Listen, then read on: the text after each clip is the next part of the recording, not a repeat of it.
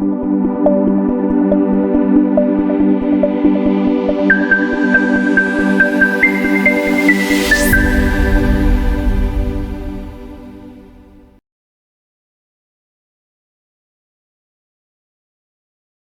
pagi Bapak Ibu, selamat pagi, selamat datang di webinar Nawacita hari ini.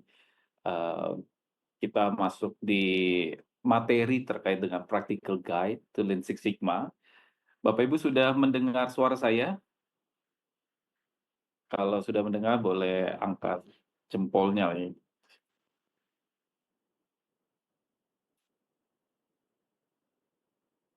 Oke, sudah mendengar ya? Oke, thank you. Oke, terima kasih Bapak Ibu sudah datang dan selamat menikmati 1,5 jam kita akan berdiskusi terkait dengan practical guide to Lean Six Sigma. Jadi hari ini kita mau coba mengulik sedikit banyak bagaimana top management melihat suatu problem di perusahaan dan problem yang seperti apa sih yang paling cocok untuk menggunakan metodologi yang kita kenal dengan continuous improvement project ini, yaitu Lean dan Six Sigma metodologi gitu. Bersama saya Gunawan Sanjaya, Bapak Ibu dari Nawacita Konsultan Indonesia. Kami bergerak di konsultasi, di jasa konsultasi, pemberian deliver training, deliver project, coaching terkait dengan continuous improvement. Salah satu metodologi yang paling terdepan yang kita selalu coba offer ke calon klien kami adalah Lean Six Sigma. Jadi kita akan pelajari bagaimana continuous improvement itu dilihat dari sisi corporate problem gitu ya. Jadi bukan startnya bukan dari masalah, tapi kita lihatnya dari opportunity, kita lihatnya dari risiko, kita melihatnya dari tren, baru nanti ada study case yang sudah kami siapkan terkait hal itu. Kita akan coba mengajak Bapak Ibu untuk memiliki business acumen, skill untuk melihat suatu masalah dari sudut pandang top management gitu. Dan bagaimana ternyata metodologi continuous improvement di Lean Six Sigma, terutama di operational excellence ini, bisa membantu perusahaan untuk efisiensi, untuk meningkatkan profit, dan lain sebagainya. Gitu.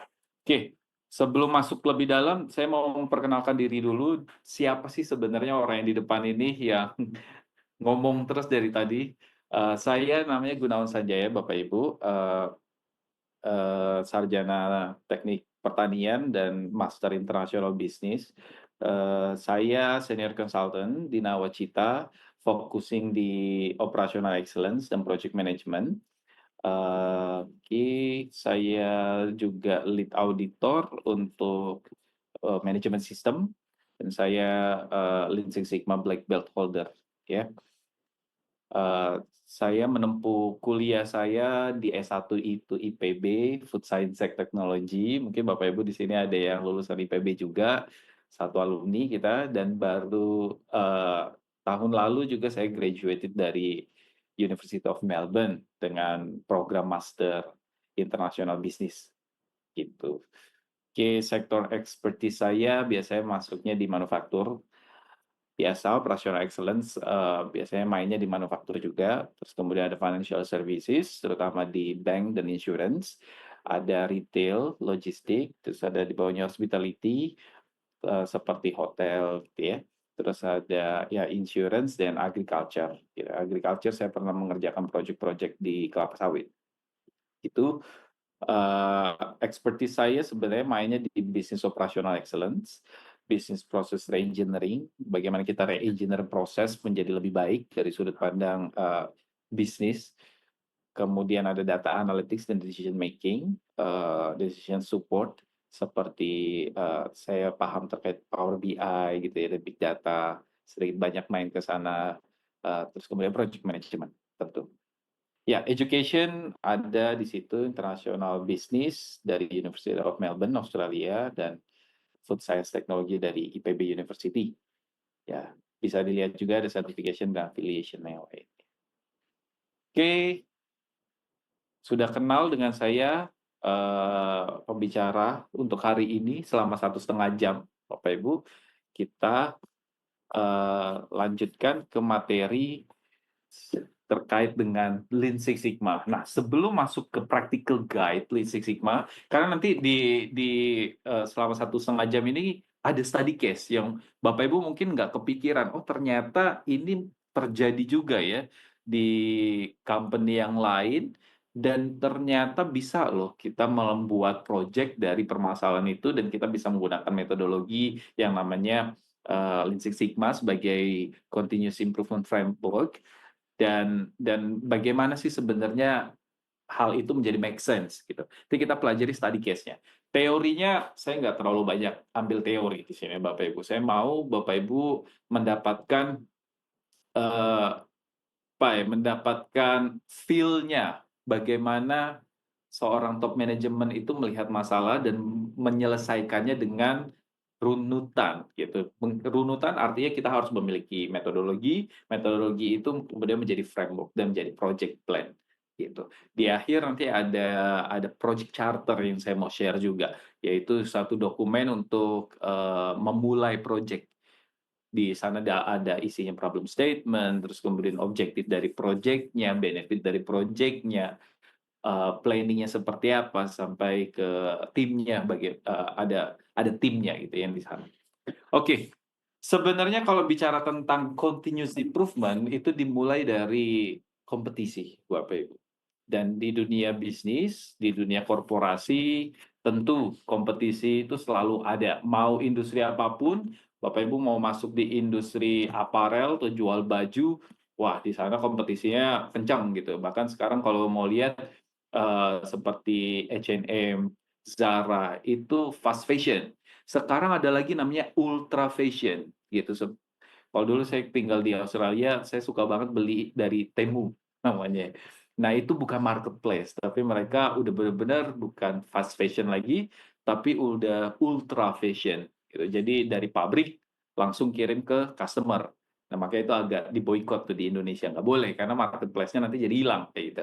Tapi mau nggak mau industri itu selalu competing gitu, selalu mau menjadi pemenangnya dalam hal apapun. Nah, bicara tentang winning something, tentu yang dicari adalah siapa customer-nya dan bagaimana offering kita, bisa produk, bisa service, bisa memenangkan si hati customer-nya itu. Nah, bicara itu di sini ada video Bapak Ibu. Ada video, jadi enak. Nanti di sini nggak banyak teori lah. Kita mau lihat ada video, ada study case, ada contoh-contoh project gitu selama 1,5 jam. Pokoknya isinya daging.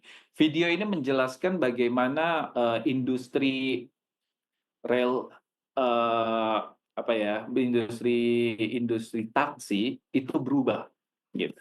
Dan kita relate, sangat relate dengan kondisi perubahan ini. Silakan Bapak Ibu bisa didengarkan videonya sekitar 1-2 menit videonya, monggo.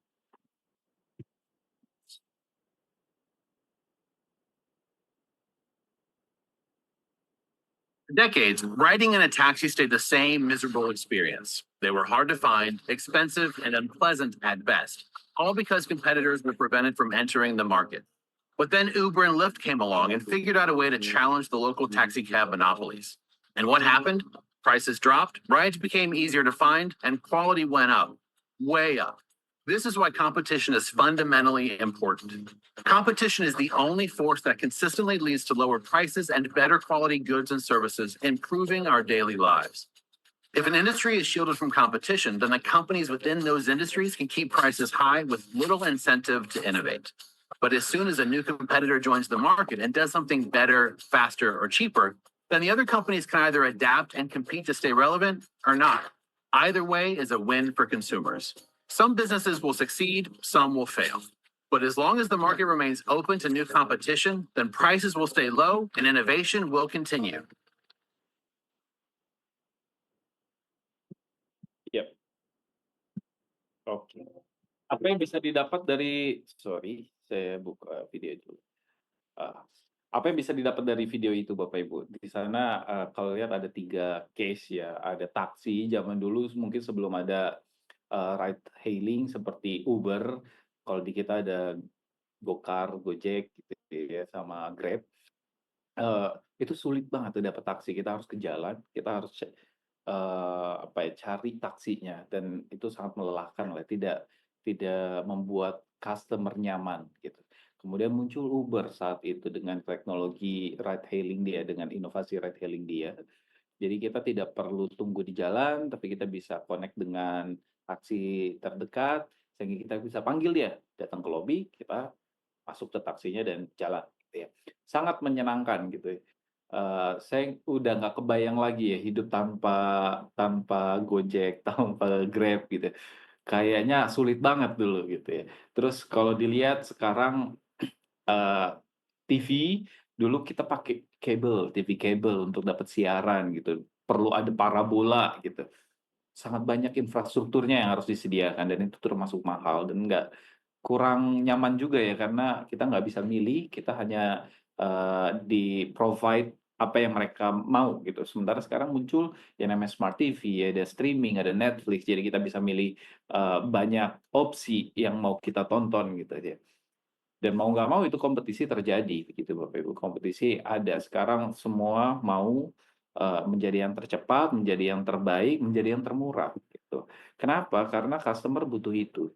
Mau nggak mau objektifnya adalah harga yang lebih murah, kualitas yang lebih better kalau dia bilang ya.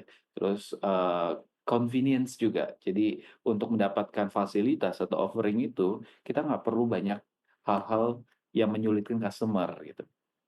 Semuanya seamless, tidak ada hambatan, tidak banyak birokrasi, semuanya tinggal, kalau mau payment dia gampang gitu dan prosesnya itu menjadi lebih lean, kata kuncinya di situ lean, seamless. Nah, kompetisi ini sangat penting di industri.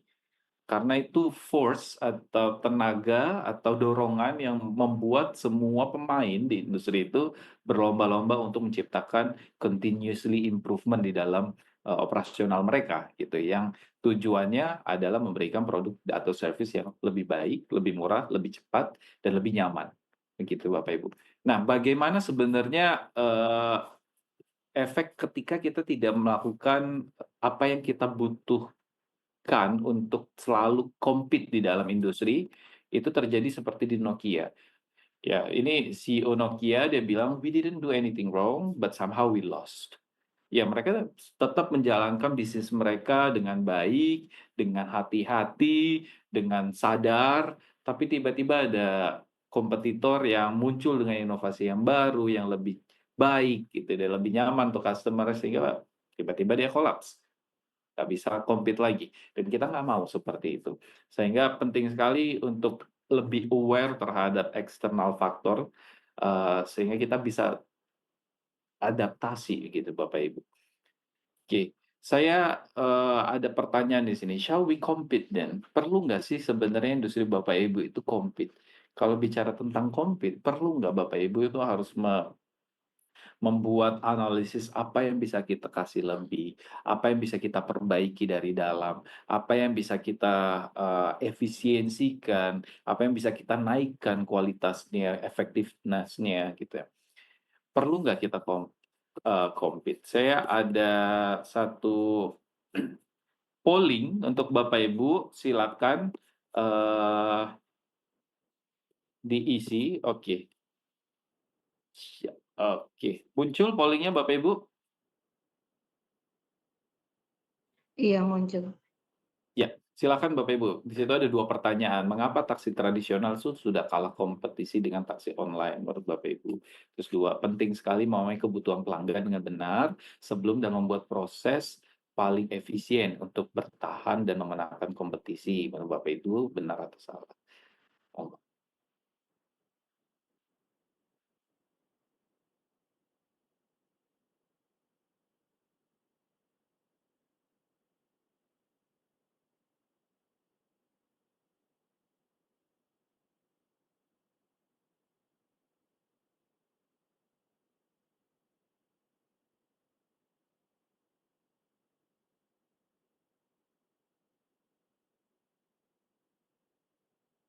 ya, saya kasih waktu 30 detik lagi ya.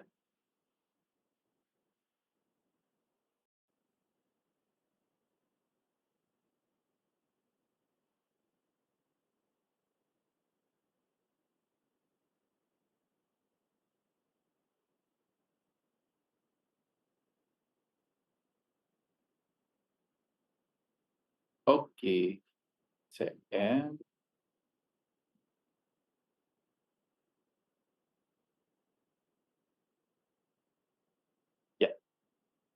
Ya, semuanya milih taksi tradisional sulit dicari waktu itu, sudah mahal, harus nunggu lama gitu. Meskipun mereka memiliki brand yang besar dan udah ada di kota-kota yang besar juga, tapi ternyata ya nggak bisa, nggak hanya tergantung dari brand. Tapi kalau misalnya mereka tidak ikut dengan tren, ya akan tertinggal. Untungnya kalau Bluebird sekarang kan sudah ikut dengan trennya juga ya, mau nggak mau dia harus embrace teknologi juga gitu ya. Terus penting sekali memahami kebutuhan pelanggan dulu nih sebelum, kita melakukan improvement untuk di internal atau operasional ya, di internal gitu, sehingga, kita bisa memenangkan kompetisi. Yes, betul ya. Oke, terus sedikit, nah, saya masuk terhadap study case-nya gitu. How does Kaizen program atau lean implementation can cut operational cost ya. Konsep peningkatan profit dengan penurunan biaya operasional. Nah, kalau lihat di sini Bapak Ibu, ini di awal gitu ya. Oke, ini yang di awal, selling price, terus di dalam selling price ini atau harga pasti ada komponen profit dan di dalamnya ada komponen biaya gitu. Kalau kita mau naikkan profit, yang paling gampang adalah naikin harganya sehingga komponen profitnya menjadi lebih tinggi, profitable. Maunya seperti itu, tapi ketika selling price dinaikkan, ada risiko, itu customer bisa pergi, gitu. Terus bagaimana Pak, kalau misalnya saya nggak mau naikin harga, tapi profitnya menjadi lebih besar? Ya mau nggak mau ada cost yang kita harus efisiensikan, kita harus menjadi yang lebih baik dalam pengelolaan, produksinya gitu, sehingga cost-nya bisa turun.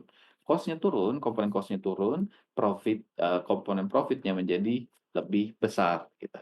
Jadi inilah yang dinamakan costing principle lean, yang increase profit by cost effectiveness. Sementara kalau yang di kiri, dia increase profit itu by increasing price, which is not really wise untuk kondisi saat ini.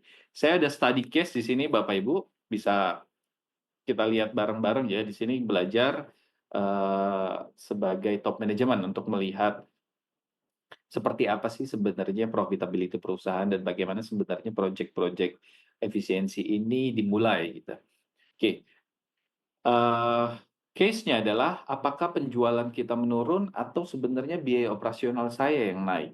Oke, ada study case bagaimana manajemen puncak bisa mengetahui atau top manajemen ya, bisa memahami, mengidentifikasi turunnya profit perusahaan itu apakah disebabkan oleh penurunan penjualan atau revenue, atau karena biaya operasionalnya yang meningkat, gitu.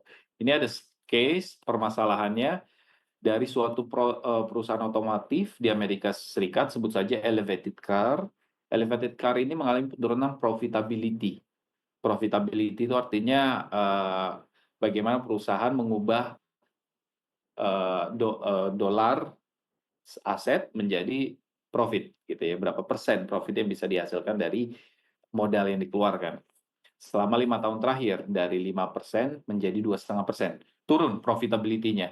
Jadi dari 5% menjadi 2,5%. Sementara para kompetitor dia itu mengalami kenaikan margin dari 3,5% menjadi lebih dari 3,5%. Jadi ini ada tren yang lain naik, kenapa saya yang turun?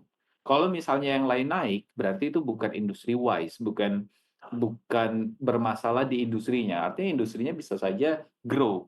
Cuma perusahaan saya, perusahaan elevated car-nya ini yang ada something problem nih. Kenapa industrinya naik, tapi penurunan profitability terjadi di company saya gitu. Oke, saya perlu ada lemparkan clarifying questions di sini. Pertanyaan di sini ya, apakah penurunan profitability terjadi di seluruh industri? Ini untuk mengklarifikasi. Kalau terjadi di seluruh industri, berarti itu masalahnya adalah industri. Berarti memang marketnya sedang tidak menarik gitu. Jawaban elevated car-nya, oh tidak. Karena pesaing justru mengalami peningkatan profitabilitas, peningkatan revenue juga gitu. Oke, berarti bukan masalah industri. Yang kedua, apakah perusahaan menjual secara global? Mungkin karena ada ekspansi, international expansion, ada yang perlu di-adjust gitu ya. Ada modal yang perlu dipakai sehingga tidak efektif. Ternyata jawaban elevated car tidak juga. Perusahaan hanya menjual di pasar domestik, yaitu di Amerika Serikat. Yang ketiga, pertanyaan klarifikasi yang ketiga, apakah ada perubahan dalam harga jual atau jenis produknya? Ternyata jawaban elevated car-nya, oh nggak ada perubahan harga. Ini tidak ada penurunan harga, tidak ada mix produk yang berganti atau tren yang berganti, sehingga kita bisa anggap bahwa berarti bukan masalah kenaikan harga, bukan masalah penjualan. Di situ harga rata-rata dan mix produk tetap stabil di angka 30.000 USD gitu. Terus dari mana nih masalahnya? Kenapa semuanya itu sebenarnya tidak ada efek ke dalam revenue, tapi revenue kita, profitabilitas kita turun dari 5% menjadi 2,5%. Oke, kemudian kita coba bongkar nih di dalamnya gitu ya. Oke, profit elevated car itu turun dari 5% menjadi 2,5%. Sementara kompetitor dari 3,5% rata-rata mereka naik lebih dari 3,5%. Belum tahu berapa naiknya, tapi mereka punya tren, mereka naik. Sementara elevated car turun. Oke, berapa angka revenue-nya untuk tahun lalu? Dari 21 billion menjadi 22,5 billion. Revenue, itu omset ya, omset. Revenue-nya sebenarnya naik loh dari 21 ke 22,5, tapi marginnya yang turun dari 5% menjadi 2,5%. Ini ada tanda tanya ini berarti. Oke, kalau kita lihat profit kan revenue dikurang cost, revenue-nya naik 21 billion ke 22,5 billion, cost-nya itu juga naik dari 20 billion ke 22 billion. Oke, kalau lihat dari revenue, trennya mobil terjual berapa, average price per car-nya berapa, ternyata nggak ada yang berubah. Mobil terjual, trennya sama, harganya juga tidak berubah. Sehingga kita anggap bahwa tidak ada masalah terkait dengan sales. Tidak ada masalah terkait dengan penjualan mobil. Oke, kita masuk ke cost. Naik nih dari 20 billion ke 22 billion. Nah, ini berarti bermasalah nih. Kita lihat dari cost itu ada yang namanya direct, ada yang namanya indirect. Oke, kita lihat di sini indirect, sebenarnya komponennya nggak naik nih, turun dari 15% ke 14% indirectnya. Artinya mereka cukup efisien di indirect cost. Kita lihat di direct cost.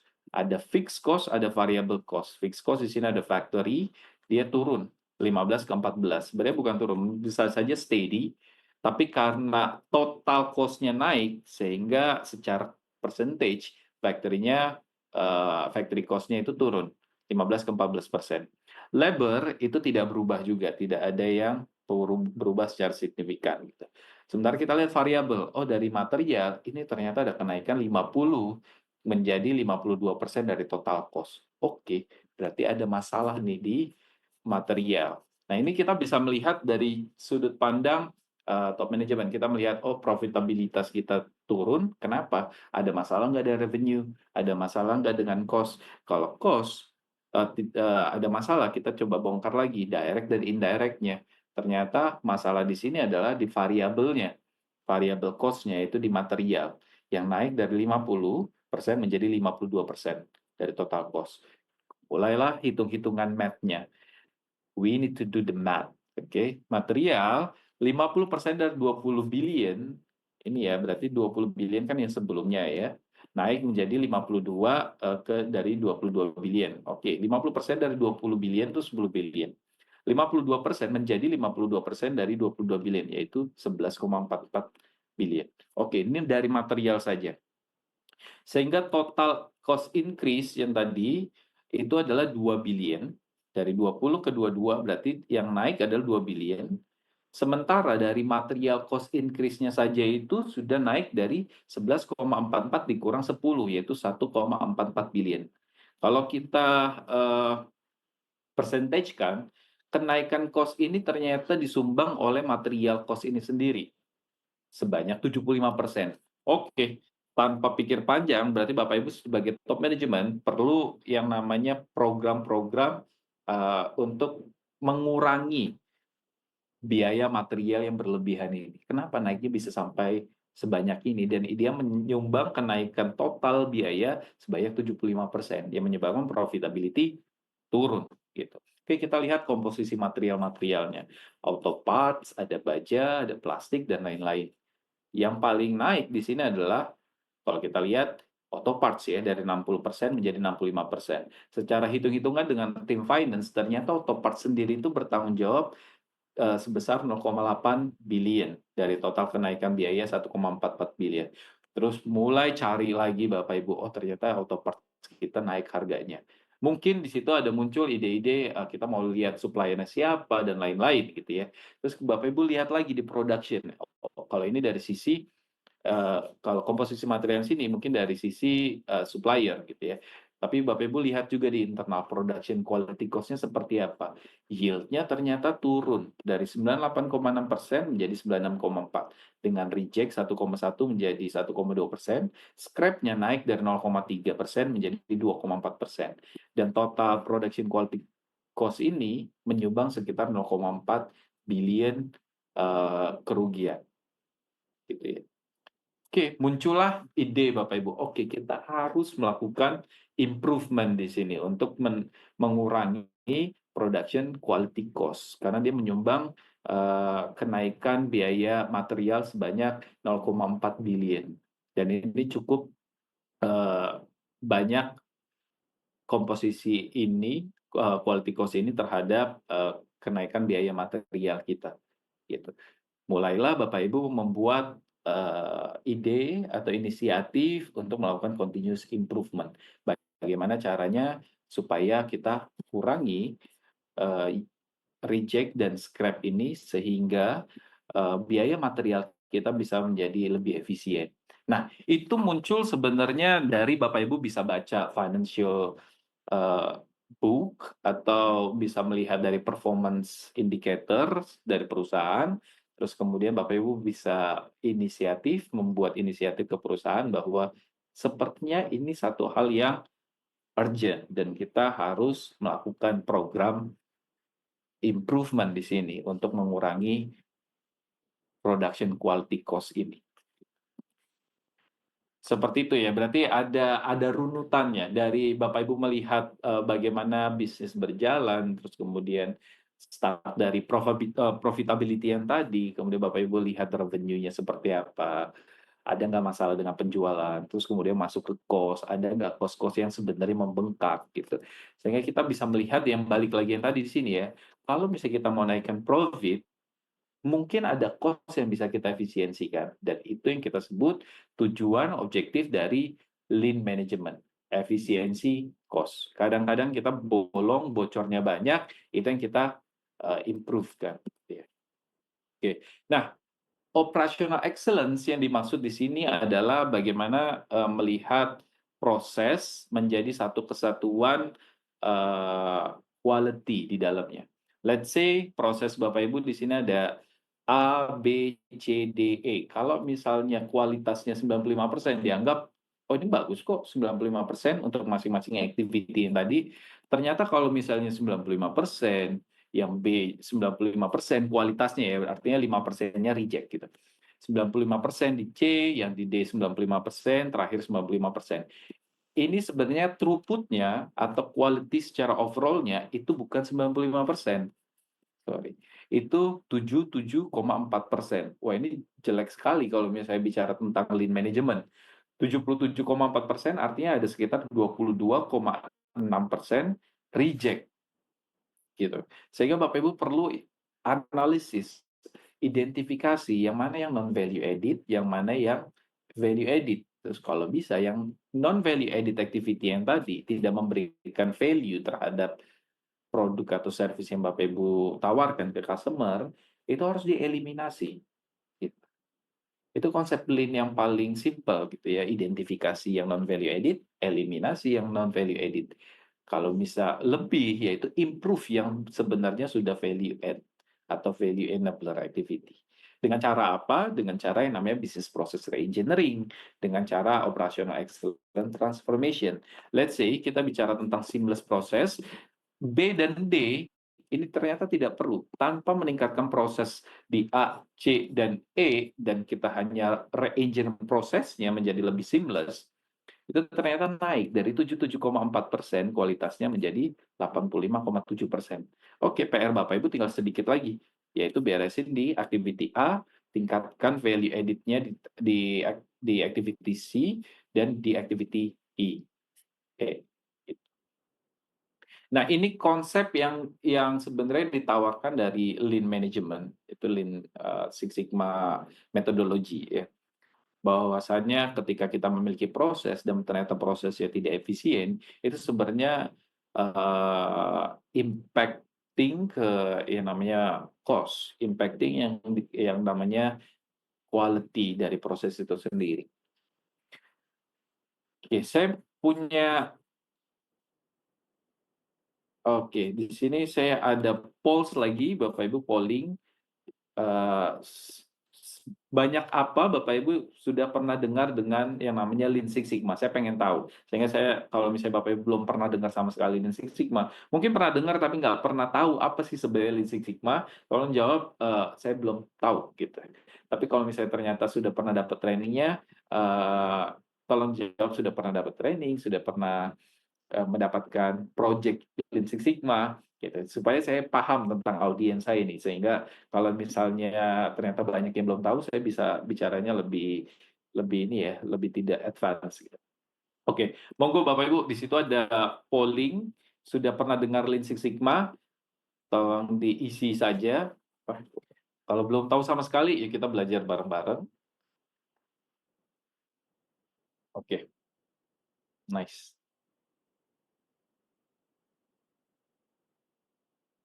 Yes, kayaknya ada semua. Wah, 60% of the participants. Ya, saya kasih waktu 20 detik lagi ya.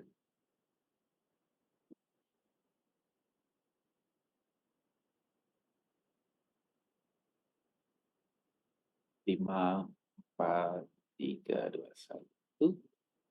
Oke. Ternyata banyak yang cari aman ya di tengah-tengah. Sudah pernah, tapi nggak pernah implementasi gitu ya. Yang belum tahu sama sekali 33%. Ya. Yang sudah dan pernah implementasi DMAIC, yaitu framework-nya Lean Six Sigma, sekitar 17%. Oke, good, good, good. Kita mau coba pelajari apa sih sebenarnya Lean Six Sigma. Saya nggak mau jelasin Lean itu apa, terus tools-toolsnya apa, itu nanti aja Bapak Ibu, itu nanti ketika kita ada kesempatan untuk mengadakan pelatihan tempat Bapak Ibu mungkin ya. Apa itu Six Sigma, tools-toolsnya ada banyak. Lean dan Six Sigma tools-nya sekitar 48 gitu ya. Dibagi menjadi levelnya, ada white belt paling sederhana, itu biasanya cuma 7 tools gitu ya. Terus ada yellow belt, itu level kedua atau sabuk kuning. Terus kemudian green belt level ketiga, dan level terakhir ada black belt. Gitu. Oke. Nah, saya nggak mau jelasin tools-nya, tapi kita mau belajar konsepnya aja selama 1,5 jam ini. Oke, Lean dan Six Sigma. Sebenarnya Lean Six Sigma itu dibagi menjadi dua, yaitu satu Lean, satu Six Sigma. Lean itu sebenarnya do it better gitu. Bicara do it better di situ adalah kerjakan secepatnya. Jangan ada hal-hal yang sebenarnya borosan, sebenarnya tidak diperlukan, tapi kalian kerjain gitu, nggak boleh gitu. Itu namanya Lean. Yang pertama, minimalkan 8 Ws. Nanti ada pelajaran yang namanya downtime, waste gitu ya.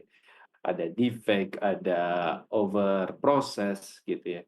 Ada waiting gitu, ada non value apa ya, non utilized person, terus kemudian ada transportasi, inventory, ada dan lain-lain gitu ya. Itu waste yang sebenarnya nggak perlu ada di proses.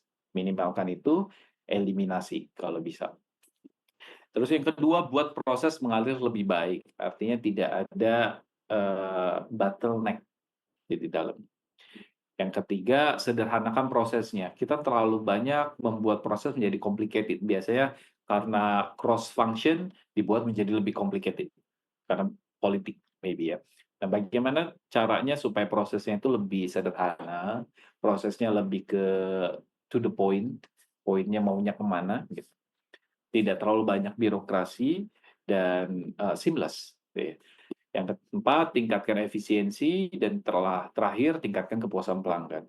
Ya pasti, kita maunya SLA-nya atau service level agreement-nya sesuai dengan yang dimau oleh pelanggan. Kalau pelanggan maunya one day service, kalau bisa kita one day service gitu. Dan kalau bisa lagi harusnya half day service. Gitu, nggak perlu nunggu sampai lunch, makan siang gitu, semua sudah selesai, let's say begitu ya. Itu namanya lean, prosesnya cepat cepat cepat. Satu lagi namanya Six Sigma, itu namanya control it better. Kontrol, yang dikontrol adalah prosesnya sehingga output-nya itu tidak terlalu banyak variasi. Saya misalnya begini Bapak Ibu, saya punya produk jus, kalau saya tidak kontrol proses produksinya, hari ini mungkin jusnya enak, besok jusnya agak asam dikit, besoknya lagi jusnya kok agak pahit nih, ada rasa-rasa pahit gitu. Besoknya lagi kalau nggak dikontrol ternyata warnanya yang harusnya orange jadi warnanya coklat gitu. Nah, itu yang namanya variasi output, variasi dari proses. Ketika terlalu banyak variasi, artinya kita nggak bisa kontrol prosesnya dengan benar. Itu tujuan dari Six Sigma adalah bagaimana, output proses itu selalu stabil. Makanya ada yang namanya plus minus, defisiasi, gitu ya. Plus minusnya berapa nih? Kalau misalnya, saya punya, measurement-nya misalnya 20 sentimeter gitu, plus minusnya 0,5 sentimeter, berarti 19,5 sampai 20,5 misalnya kayak gitu. Di luar dari situ, itu namanya reject. Nah, kalau mau punya proses yang bagus, kita harus punya kontrol yang baik gitu. Ini namanya Six Sigma. Pahami proses menggunakan data. Biasanya kita mainnya statistik di sini di Six Sigma. Kurangi variasi proses atau defisiasi proses atau yang kita sebut sebenarnya sigmanya gitu. Kurangi variasi prosesnya. Kalau bisa variasinya semakin kecil, semakin eh, sempit sehingga output-nya itu bisa kita prediksi gitu. Yang ketiga, singkirkan cacat atau reject. Nah, bicara tentang quality biasanya ada di Six Sigma, bicara tentang kecepatan biasanya ada di Lean gitu. Yang keempat, tingkatkan konsistensi proses. Konsisten terus dengan temperaturnya konsisten, apa misalnya pressure-nya konsisten, cara operator menjalankan juga konsisten, itu bicara tentang quality process juga, konsistensi. Yang terakhir, tingkatkan kepuasan pelanggan. Pasti ketika kita bicara kontrol, pasti apa ya, kita maunya mengikuti dan memuaskan kepuasan pelanggan. Mau itu Lean dan Six Sigma, ujung-ujungnya adalah kepuasan pelanggan. Gitu. Oke, ini dari Deming, Walter Deming. Deming ini adalah bapak quality sedunia lah ya, yang dia sebenarnya muncul dengan konsep PDCA dia. Pernah dengar PDCA Bapak Ibu? Plan, Do, Check, Action. Itu sebenarnya siklus berpikir terkait dengan continuous improvement dari Pak Deming ini. Sehingga dia terkenal dengan bapak quality sedunia. Dia bicara tentang manajemen sistem dan lain-lainnya gitu ya. Dia bilang bahwa 85% dari alasan-alasan kegagalan untuk memenuhi kebutuhan atau ekspektasi dari pelanggan itu dikarenakan sistem dan proses yang memiliki defisiensi. Gitu, defisiensi artinya dia nggak sesuai dengan kebutuhan yang dimau gitu ya, daripada employee-nya. Artinya dia bilang 85% kegagalan memenuhi kepuasan pelanggan itu bukan karena kesalahan pekerja, employee, tapi biasanya karena sistem dan prosesnya, gitu. Sehingga the role of management atau role Bapak Ibu sebagai manajer yang masuk ke manajerial area gitu ya, adalah mengubah proses menjadi lebih baik dibandingkan bicara individualnya. Gitu. Jadi bicara tentang sistem. Sistemnya itu punya kans yang lebih tinggi untuk mengimplikasi kegagalan memenuhi kebutuhan pelanggan sebanyak 85%. Jadi balik lagi ke sistemnya, balik lagi ke prosesnya. Itu bukan ke individunya. Oke, nah udah tahu konsep Lean dan konsep Six Sigma sekarang ini ada contoh proses Bapak Ibu, silakan diperhatikan prosesnya, mungkin agak ini berantakan tapi boleh lah. Ini ada swim lane, sorry, swim lane proses untuk pastry production process. Pastry bikin roti gitu lah ya Bapak Ibu ya. Coba proses pengerjaan program Kaizen dan implementation. Di sini aktornya ada QC, ada asisten pastry chef, ada store. Jadi bisnisnya adalah membuat kue terus dijual di store gitu. Oke, QC mulai dengan menerima raw material. Dia melakukan inspeksi di sini. Kalau misalnya tidak cocok, dia akan kembalikan ke suppliernya. Oke, yang diterima yang tadi raw material ini kemudian di-prepare oleh asisten pastry. Gitu. Tapi di dalam proses ini, incoming dan preparation, ternyata staff ini banyak banget back and forth-nya. Gitu. Back and forth-nya dikarenakan area preparation dengan area incoming jauh. Dia harus jalan lumayan jauh gitu. Sehingga kita munculkan yang namanya waste proses di sini, yaitu over motion atau terlalu banyak bergerak gitu. Staff frequently move back and forth due to unoptimized ingredient storage layout. Jadi antara layout antara raw material, penerimaan raw material dengan ingredient preparation itu lumayan jauh sehingga banyak back and forth. Setelah itu, setelah di-prepare, asisten pastry chef ini melakukan membuat dough-nya. Dough ini kemudian di-proofing oleh pastry chef. Pastry chef kemudian melakukan baking dan cooking. Nah, tapi proofing di sini ternyata ada waiting time-nya. Ini namanya non-value added lagi, NVA, non-value added-nya. Due to oven capacity limitation. Jadi ada ovennya punya kapasitas yang terbatas. Jadi sang pastry itu harus menunggu sebelum di-baking, menyebabkan delays. Kemudian quality. Quality berarti ada yang oke, ada yang not oke. Yang oke butuh cooling process, baru masuk ke final decoration oleh store dan dijual. Sementara yang not oke bagaimana? Ada yang namanya rework due to quality issues. Mungkin ada yang bisa diselamatkan, ada juga yang tidak bisa diselamatkan langsung reject gitu. Nah, ini namanya waste juga Bapak Ibu. Process waste due to inconsistency in shape and color, increasing processing time. Jadi ada waktu yang bertambah, energi yang bertambah, manpower yang dibutuhkan juga mungkin jadi terpakai gitu ya. Sehingga ini ada yang namanya non value added. Oke.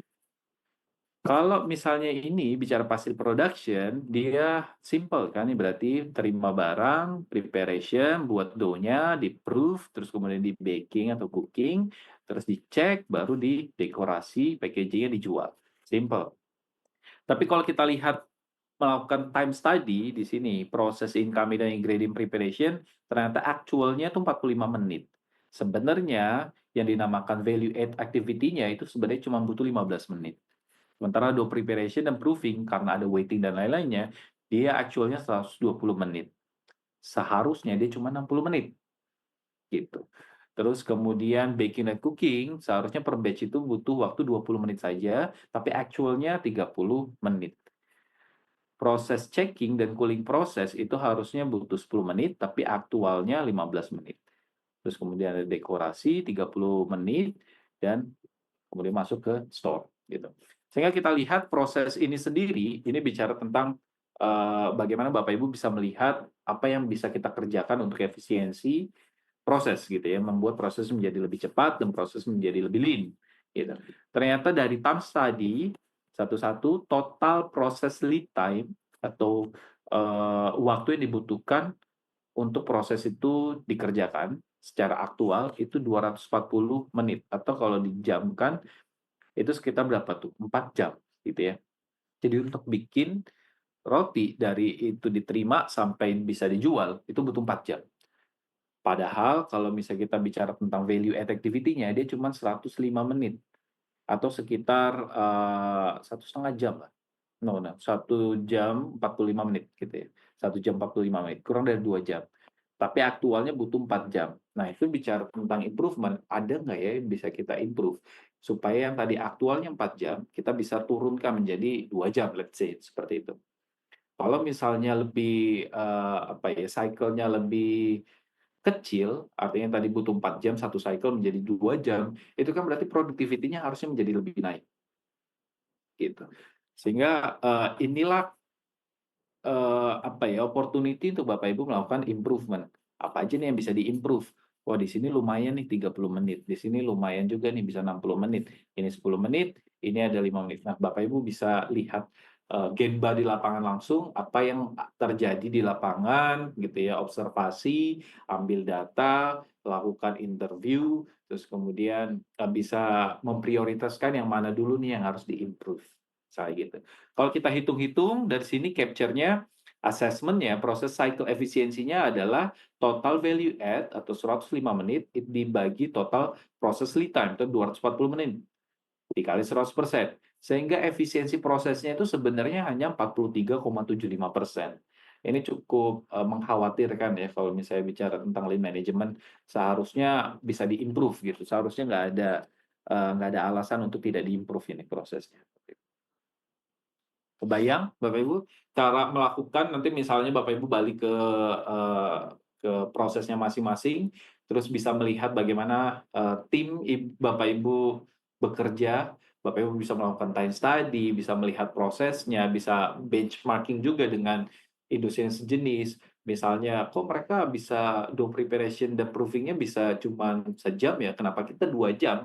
Gitu. Itu kan berarti ada curiosity yang sebenarnya Bapak Ibu mau melakukan something, cuma mungkin nggak punya data, nggak punya observasi di lapangan. Silakan Bapak Ibu gemba di lapangan langsung. Lihat langsung bagaimana tim Bapak Ibu bekerja, gitu.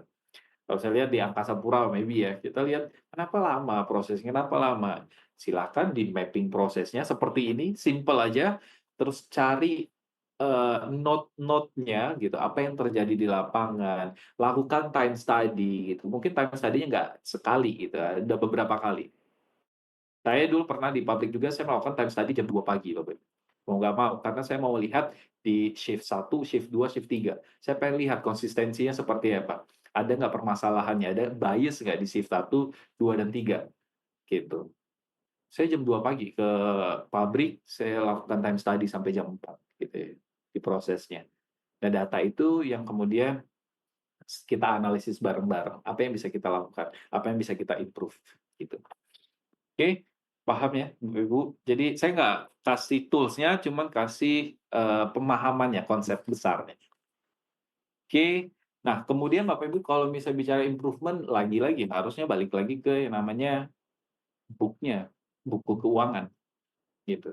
Kita lihat sebenarnya, eee, cost-nya berapa sih? Kalau misalnya saya melakukan improvement, before after-nya menarik nggak sih? Kalau misalnya ternyata improvement-nya cuma naikin, 1 juta sebulan, ya nggak usah Bapak Ibu, nggak usah kalau 1 juta sebulan doang mah, kayak gitu.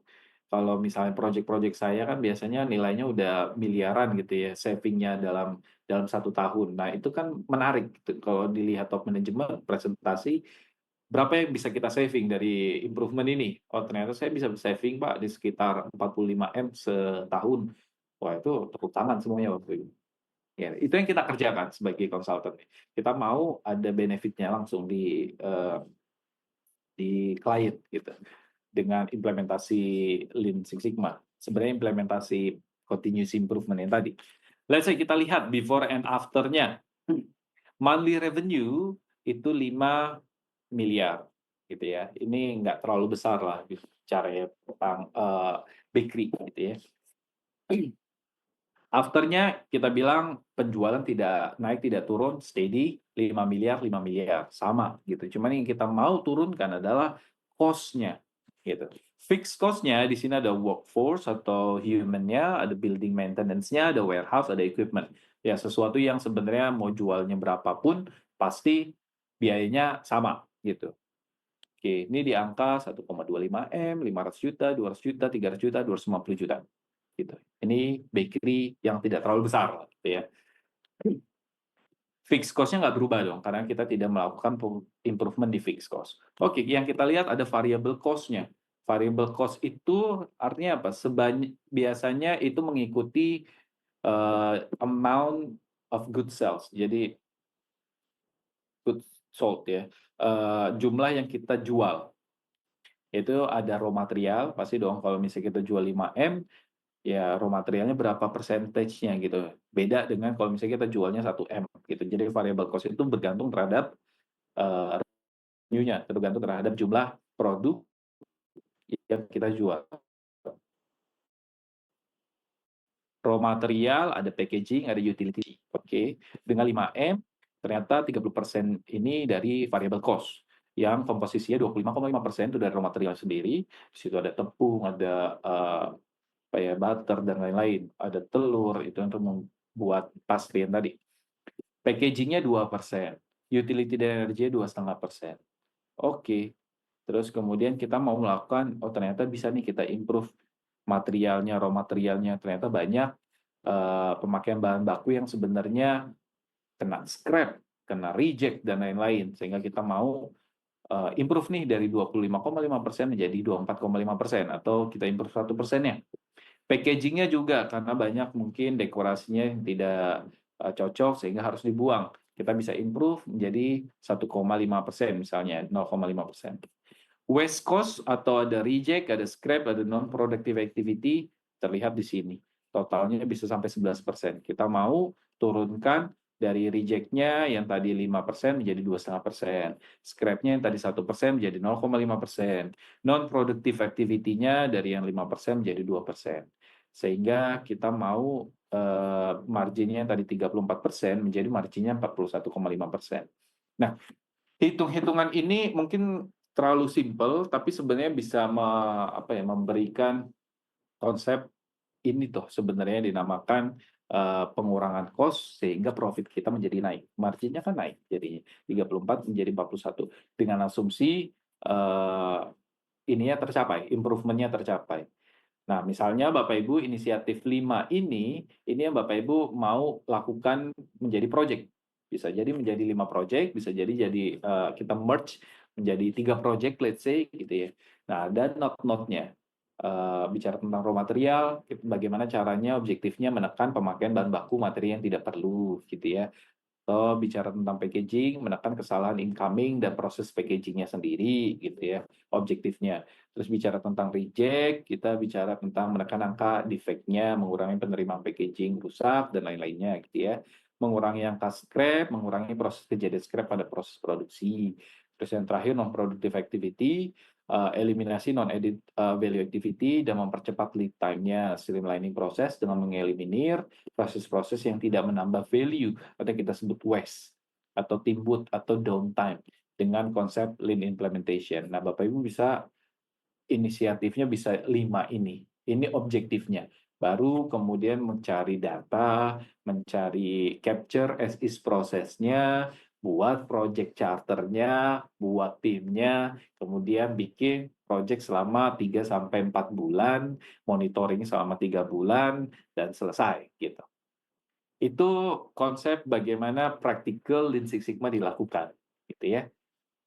Sehingga kita bisa yakin, oh dengan cara project-project ini, kita bisa tekan biaya sekitar berapa ratus juta nih. Kalau dari 5M, ini katanya bisa 375 juta cost saving yang dilakukan dengan 5 inisiatif yang tadi. Lumayan, gitu kan, itu sekitar 375, berapa ya? Sekitar 15%, oh ya, sekitar 15%, oh no 500 juta 10, sekitar 7,5% lah, sekitar 7,5%-nya sudah saving dengan project-project yang Bapak Ibu coba tawarkan ke top manajemen misalnya. Gitu. So far ada pertanyaan Bapak Ibu, silakan nggak apa-apa kalau misalnya ada pertanyaan, tolong chat di sana. Saya mau mencoba melihat apakah Bapak Ibu bisa membuat problem ini menjadi satu statement yang utuh. Silakan di sini ada polling yang kita mau munculkan lagi. Sebelum nanti saya mau coba bikin project charter dari problem ini, gitu. Problem pastry production ini. Saya mau lihat Bapak Ibu apakah sudah paham dengan problem yang ada. Ini ada polling Bapak Ibu, silakan diisi. Pollingnya isinya apa problem statement yang paling tepat menurut Bapak Ibu terkait dengan pastry production yang tadi gitu. Silakan diisi aja. Nggak masalah. Problemnya intinya apa nih kalau lihat yang tadi? Silakan diisi, diketik saja. Nanti ada yang benarnya seperti apa gitu ya. Nanti kita bicara project charternya atau dokumen awal dari pengerjaan project. Silakan problem statement-nya Bapak Ibu, saya kasih waktu mungkin sekitar 2 menit lah ya.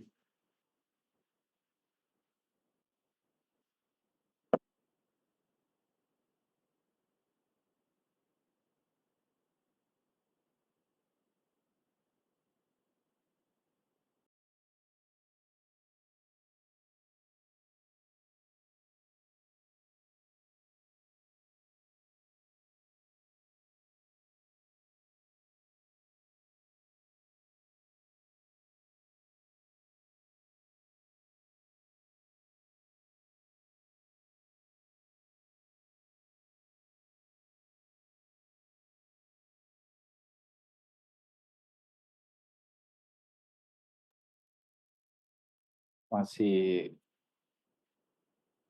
on thinking process ya. Oke, sudah ada jawaban-jawaban yang masuk. Menarik ini. Saya pengen ngetes Bapak Ibu nih kalau di kerjaan bisa nggak sih membuat statement problem ini.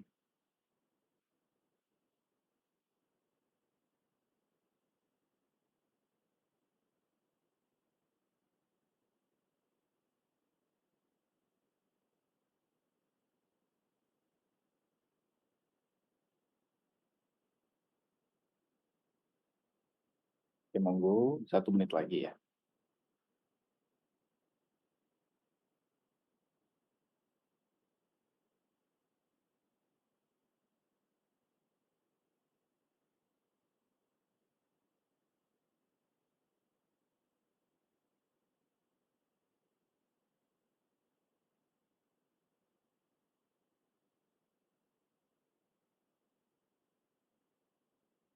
Saya sambil ngopi Bapak Ibu.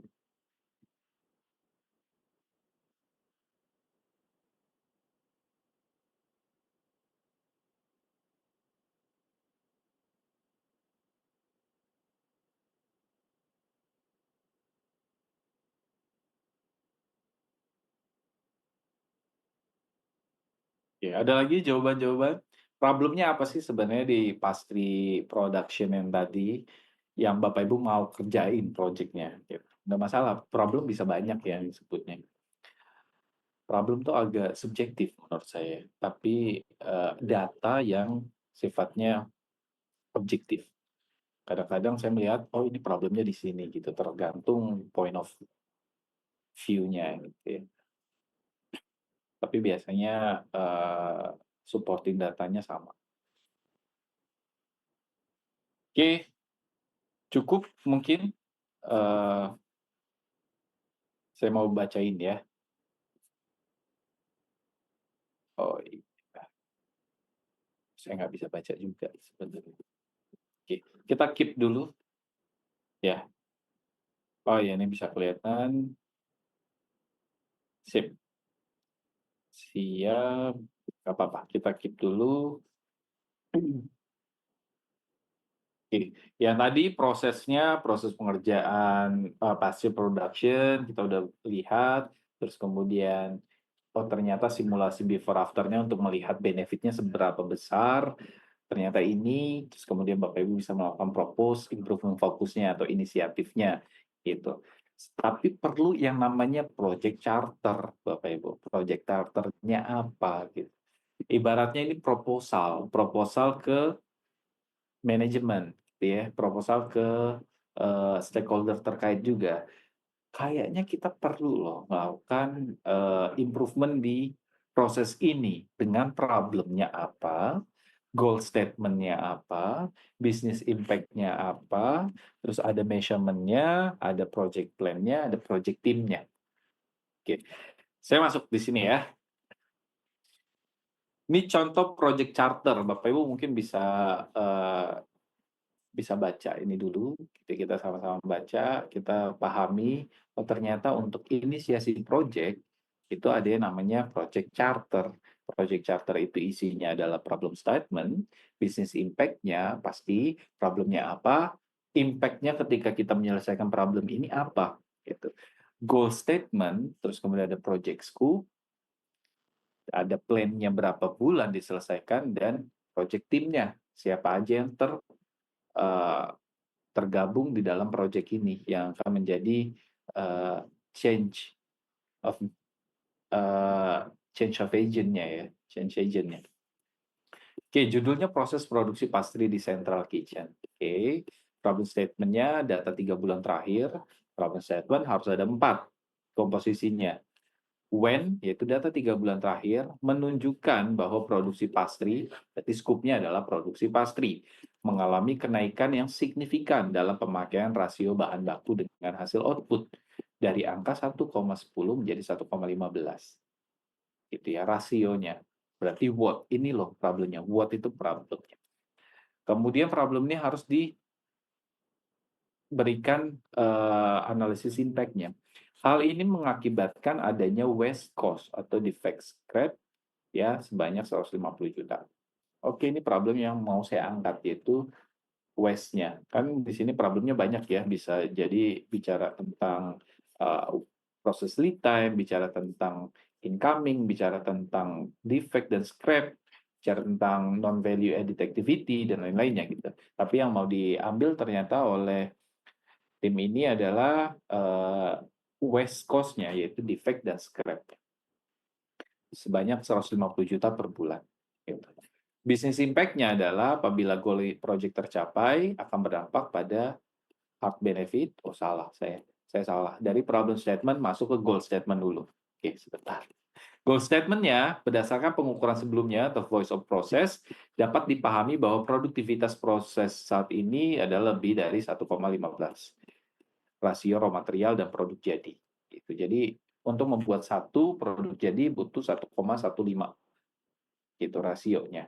Ini kan sebenarnya ada 0,15 yang sebenarnya mungkin ya itu masuk jadi defect atau masuk jadi scrap. Jadi itu yang kita mau hilangkan atau eliminasikan.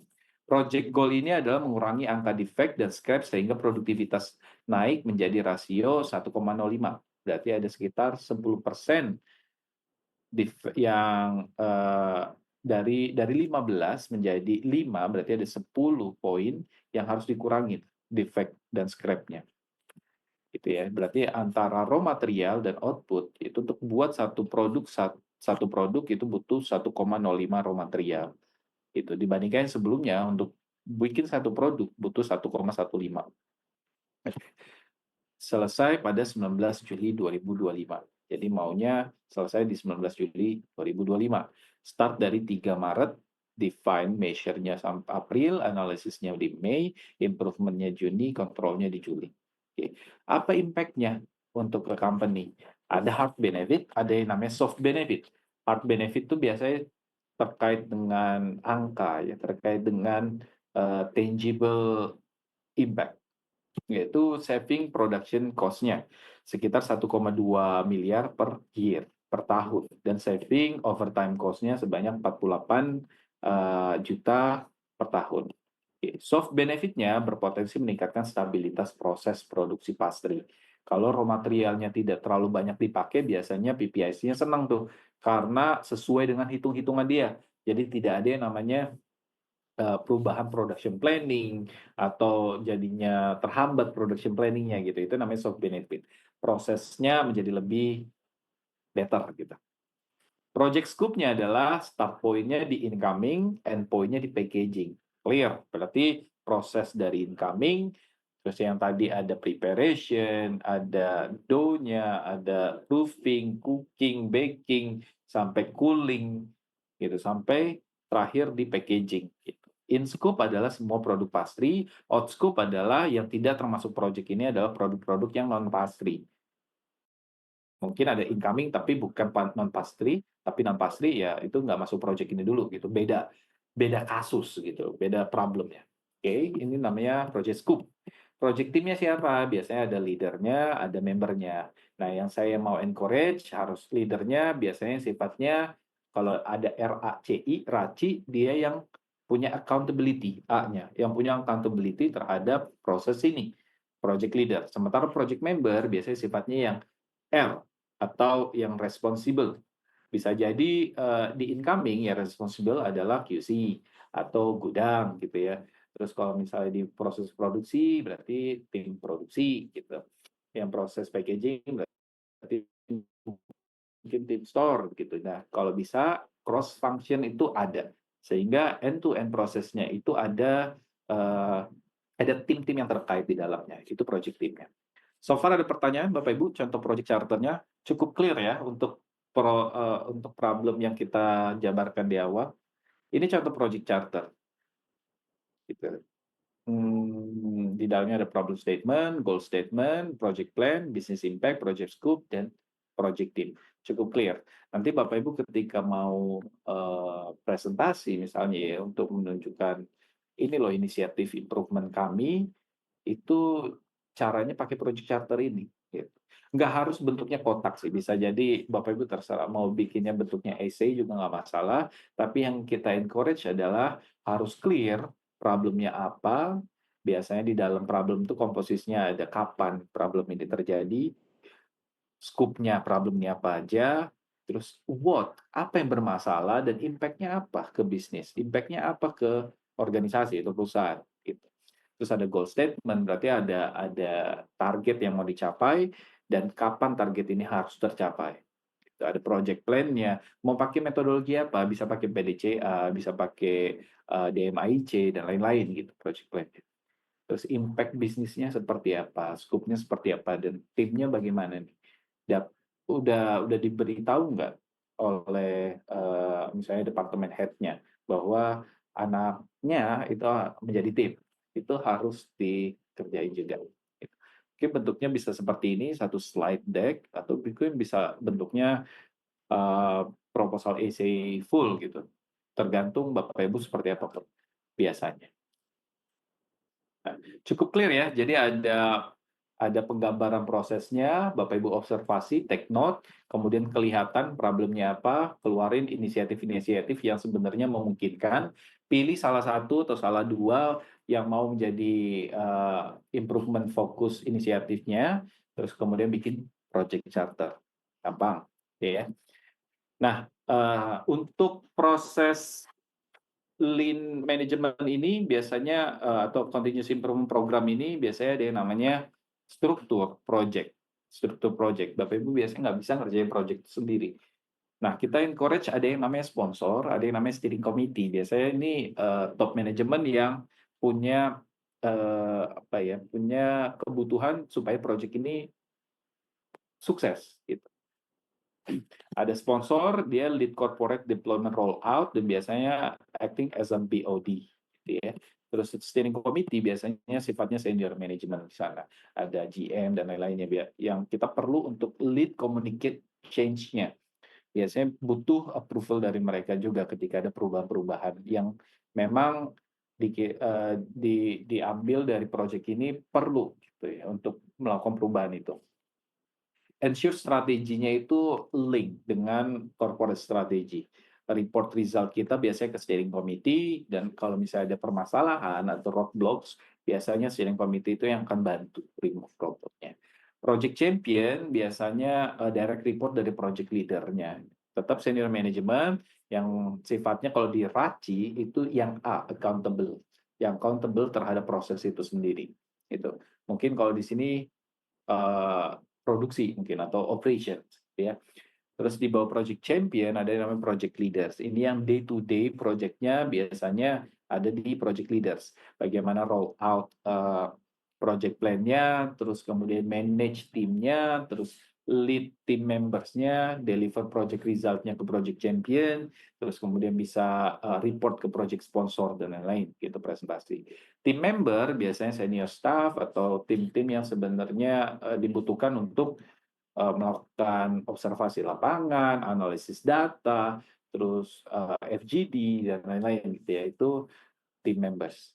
Nah, biasanya ada yang namanya coach. Bisa jadi kalau misalnya Bapak Ibu punya tim internal yang CI atau continuous improvement, biasanya mereka jadi coach-nya. Mereka tidak beresponsibel terhadap proyeknya, tapi mereka responsibel terhadap struktur proyeknya, metodologinya, apakah sudah benar atau tidak.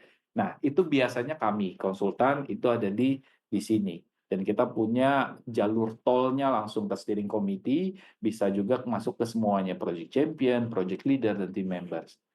Ini boleh Bapak Ibu kalau misalnya Bapak Ibu mau menggunakan mau apa ya, deploy continuous improvement program, Bapak Ibu bisa screenshot dan mungkin bisa create project structure sendiri di internal. Gitu. Silakan. Nah, sedikit sebelum berakhir, nanti kita ada yang namanya, oke, ada yang namanya kuis, Bapak Ibu. Nanti ada hadiahnya juga yang kita akan kirimkan langsung ke Bapak Ibu, yang pemenangnya aja. Gitu. Nah, sebelum selesai, ini ada sedikit penjelasan terkait dengan leveling dari Lean Six Sigma Belt kita. Ada yang namanya yang paling kecil, yang paling baby, ini ada namanya white belt, sabuk putih, gitu ya. Role responsibility-nya biasanya di dalam project yang besar, dia sebagai project member. Dia tahu metodologi seperti apa, dia paham problem itu bagaimana, goal itu seperti apa, terus bagaimana menganalisis, framework DMAIC-nya secara garis besar paham gitu. Tapi scale project dia adalah supporting di sini. Committed time-nya adalah dia part-time, jadi dia nggak fully committed ya. 10-25% dari waktu kerja dia dalam mengerjakan tugasnya sebagai project member. Level of participants-nya bisa employee apapun, bisa dari level paling junior juga. Dia butuh training, yes, ada trainingnya. Biasanya trainingnya 2 hari. Gitu. Training kurikulumnya sifatnya lebih ke introduction. Terus naik kelas satu lagi ada yellow belt. Yellow belt yaitu responsibility-nya adalah bisa project leader tapi levelnya level internal departemen biasanya, nggak cross function. Itu yellow belt. Project scale-nya biasanya small scale, internal function, terus time committed biasanya 20-25%. Let's say kalau misalnya satu minggu 40 jam, berarti sekitar 8-10 jam itu mengerjakan project gitu Bapak Ibu dalam seminggu. Level of participants-nya biasanya middle management atau below. Ya. Training duration-nya 3 hari. Karena ada tambahan 1 hari dari yang training white belt untuk pelajari basic-basic tools-nya. Ada basic statistiknya juga gitu. Jadi sebenarnya yellow belt ini sudah mempelajari white belt plus basic tools-nya. Terus kemudian ada green belt. Nah, green belt ini sudah bisa cross function nih. Dia bisa lead project-project yang cross departemen gitu. Dia jadi project leader gitu ya. Waktu committed-nya 25-50%. Let's say kalau misalnya 40 jam yang tadi, kalau 50% berarti 20 jam dalam seminggu dia ngerjain project. Gitu, Bapak Ibu. Level of participants-nya middle management and above. Training duration-nya 6 hari. Karena di sini akan pelajari banyak tools-nya. Sekitar 24 tools yang dipelajari di sini. Termasuk SPC. SPC itu statistical process analisisnya. Terus ada MSA dan hypothesis testing. Jadi ada statistik analisis yang diberikan di Green Belt. Yang paling tinggi adalah namanya Black Belt. Dia full time 100%. Biasanya coach yang di sini, ini levelnya biasanya udah Black Belt. Ya, dia project leader, dia skalanya bukan cross function aja, tapi skalanya udah corporate project.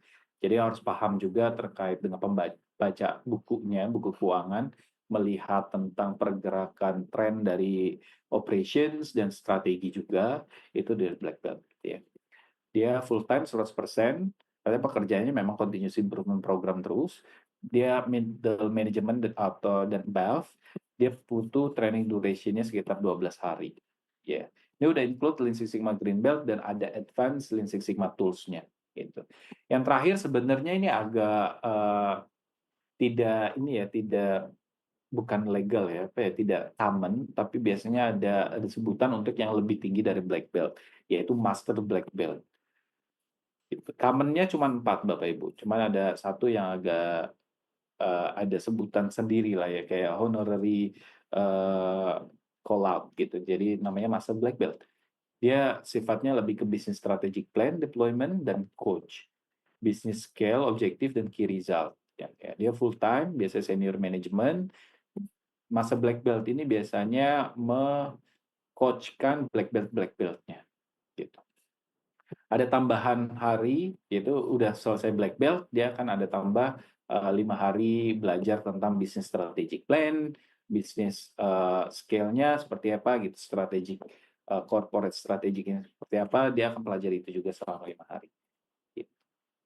Oke, training kurikulumnya strategic plan, deployment, organizational finance, and business performance metrics gitu.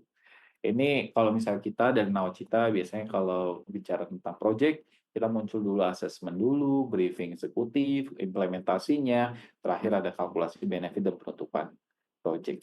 Biasanya project yang dilakukan oleh Nawacita, projectnya 6 bulan. Gitu. 4 bulan intensif, 2 bulan lebih ke monitoring. Gitu.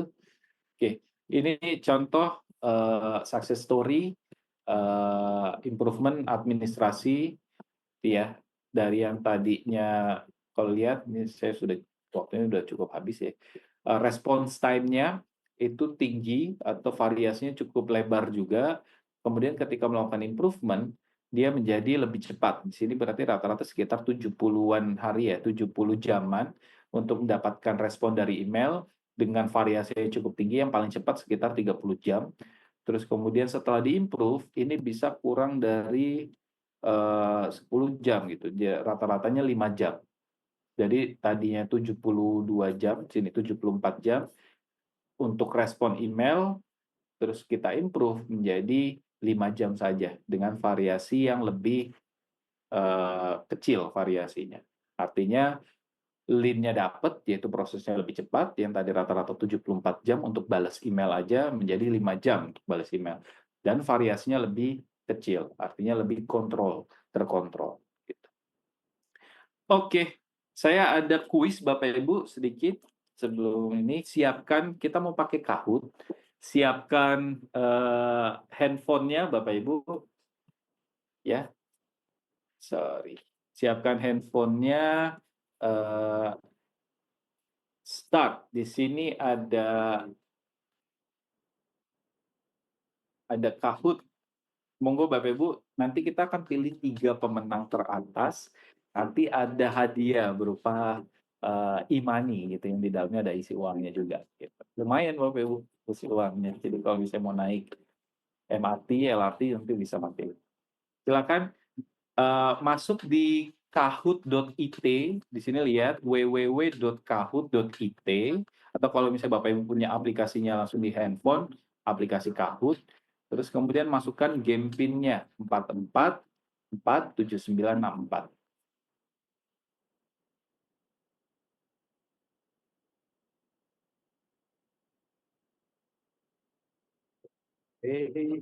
Oh, belum kelihatan ya? Sorry, sebentar. Oke, sudah kelihatan Bapak Ibu? Sudah kelihatan ya? Jadi monggo masuk saja atau bisa scan langsung di handphone. Ini kalau saya ini masuk sini ya. Scan, kasih namanya gitu ya. Ada 5 pertanyaan aja Bapak Ibu terkait dengan practical guide Lean Six Sigma. Mudah-mudahan menarik ya yang tadi. Silakan kalau misalnya bisa scan langsung scan. Kalau mau lewat website bisa www.kahoot.it. Ketik game PIN-nya 444764. Ya, saya tunggu lagi Bapak Ibu. Ya, 1 menit lagi ya. Kita mulai 11.20.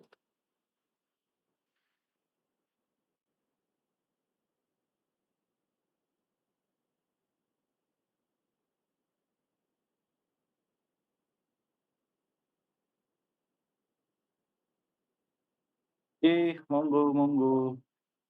Thank you, ada Pak Rian, Pak Juan, ada Bu Cynthia. Oke, Sip, sambil nunggu, cara bermainnya, mudah-mudahan Bapak Ibu udah pernah bermain ya, tapi saya mau coba refresh lagi cara bermainnya. Jadi di sini, di laptop Bapak Ibu, itu soalnya, tapi cara menjawabnya ada di handphone-nya masing-masing, gitu ya. Jadi nanti ada pilihannya 4, Bapak Ibu tinggal klik saja pilihannya yang dirasa yang paling benar, gitu. Oke, bisa kita mulai sekarang? Saya, sudah 11.20 sekitar 5 menit saja nih, bermainnya. Monggo saya klik start, Bapak Ibu ready, 1, 2, 3.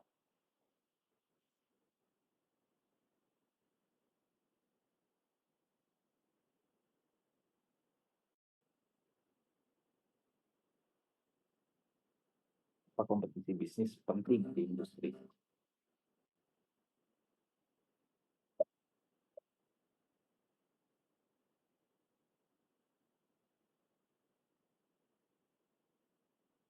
Eee,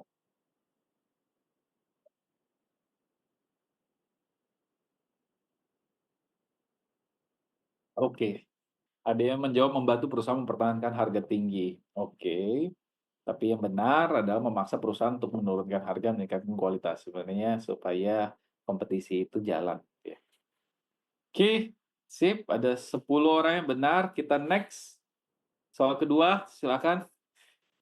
Siapa saja nih yang pertama? Oh, ada Dharma, ada Sanjaya, saya sendiri, Teten, yang Pandawan, Mat. Bisa, oke, bisa lebih cepat lagi. Jadi yang paling cepat dan yang paling tepat, dia akan dapat nilai yang paling tinggi. Kita masuk ke soal nomor 2. Bagaimana cara meningkatkan profit dalam prinsip lean?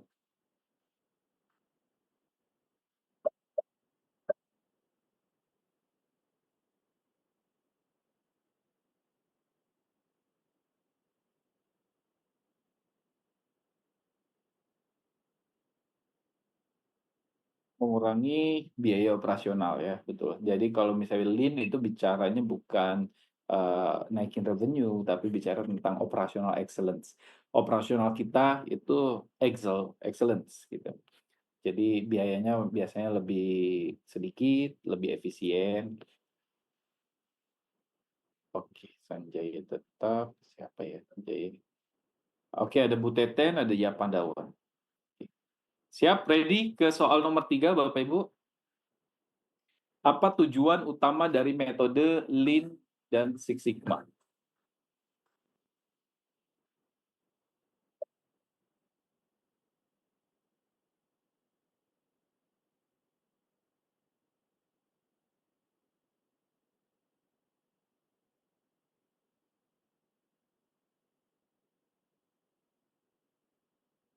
Semuanya benar. Meminimalkan pemborosan dan meningkatkan efisiensi. Ya. Oke, ada Bu Teten. Wah, Bu Teten dari mana ya? Ada yang Padawan, ada Juan. Ini peringkat 1, 2, 3 nih, nanti yang akan dapat hadiah. Masih ada 2 soal lagi. Ayo, Bu Sukarni, Bapak atau Ibu ya, ada Pak Matt. Silakan nih 2 soal lagi. Oke, kita masuk ke soal keempat. Apa yang dimaksud dengan project charter, Bapak Ibu?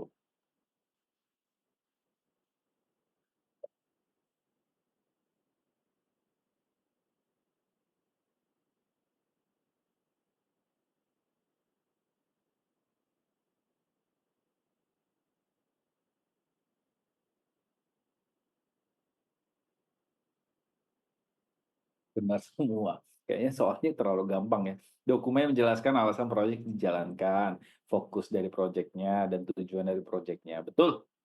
Betul semua. Siapa nih peringkat pertama? Pak Juan naik. Bu Teten gimana nih? Oke, tinggal 1 pertanyaan lagi. Bapak Ibu udah ready ya? Ini pertanyaan terakhir, penentuan gitu. Siapa yang dapat peringkat 1, peringkat 2, peringkat 3 yang nanti akan dapat hadiah ya. Terakhir, pertanyaan nomor 5. Ready? Yang bukan tingkatan Lean Six Sigma Bell. Ayo, cepat, cepat, cepat, cepat, cepat.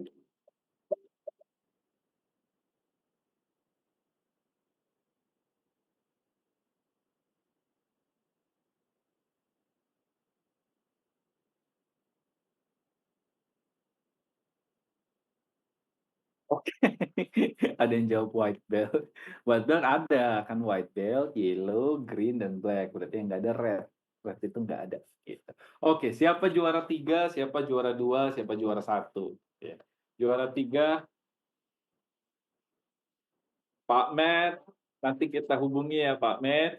Pak Yang Pandawan, nanti kita hubungi. Juara 1 siapa nih? Pak. Oke, Pak Sukarmi, Sanjaya sudah ada. Oke, silakan tim, nanti tolong dicari timnya nggak tim saya, ada Pak Juan, Pak Matt, Pak Yang Padawan. Nanti beliau-beliau ini kita akan hubungi untuk mendapatkan hadiahnya. Nanti Bapak Ibu, Bapak-bapak, saya nggak tahu Pak, Bu, Yang Padawan Bapak atau Ibu ya? Nanti kita akan hubungi supaya nanti bisa kirim hadiahnya langsung ke alamat Bapak Ibu, nggak usah ambil ke Nawacita gitu. Oke, Bapak Ibu sedikit sebentar terkait dengan training. Kira-kira Bapak Ibu ada kebutuhan training apa? Kita mau coba kasih tahu juga nih sebenarnya ini sponsor ya. Eh, Terkait dengan continuous improvement, kadang-kadang Bapak Ibu kan perlu yang namanya pelatihan. Nah, biasanya kalau pelatihan-pelatihan itu kan sifatnya di kelas gitu. Tapi kalau kita, kita biasanya ada yang namanya study case. Kita mau bikin continuous improvement itu menyenangkan. Seperti yang tadi kan ada study case elevated car, ada study case di pastry gitu. Jadi kita membuat yang namanya pelatihan bersifatnya inkubator. Jadi selama 1 bulan kita inkubasi timnya, kita kerjakan mini project gitu, dan nggak langsung 1 hari selesai. Tapi hari pertama kita belajar apa dulu, Bapak Ibu ambil data, real data real, terus kemudian Bapak Ibu mengerjakan proyeknya selama fase itu gitu. Minggu berikutnya kita datang lagi, nanti ada fase berikutnya seperti apa, analisis let's say gitu ya. Nanti Bapak Ibu analisis, kerjain, terus presentasi, bikin report gitu. Minggu ketiga apa, minggu keempat apa. Jadi selama 1 bulan itu nanti kita create training yang terkait dengan continuous improvement dan dia sifatnya inkubasi. Jadi kita inkubasikan timnya, Bapak Ibu kerjakan mini project yang biasa 1 bulan sudah selesai.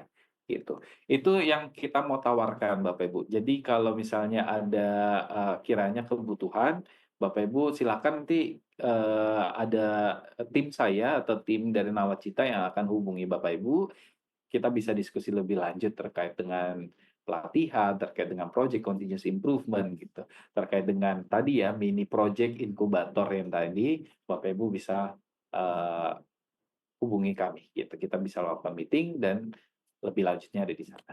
Oke, terima kasih waktunya Bapak Ibu sudah bersama kami Nawacita Konsultan Indonesia selama 1,5 jam. Mudah-mudahan materinya tidak terlalu teori, tapi kita maunya praktikal gitu. Ada pemahamannya dan bagaimana bisa membuat project gitu, bagaimana bisa menginisiasi project, bisa paham terkait dengan bisnis acumen dan lain-lain ya. Mudah-mudahan bermanfaat untuk Bapak Ibu. Kalau ada pertanyaan silakan hubungi kami, datang ke website kami, masukkan inquiry-nya, silakan set meeting dengan kami juga. Terima kasih Bapak Ibu, selamat kembali bekerja dan sukses selalu.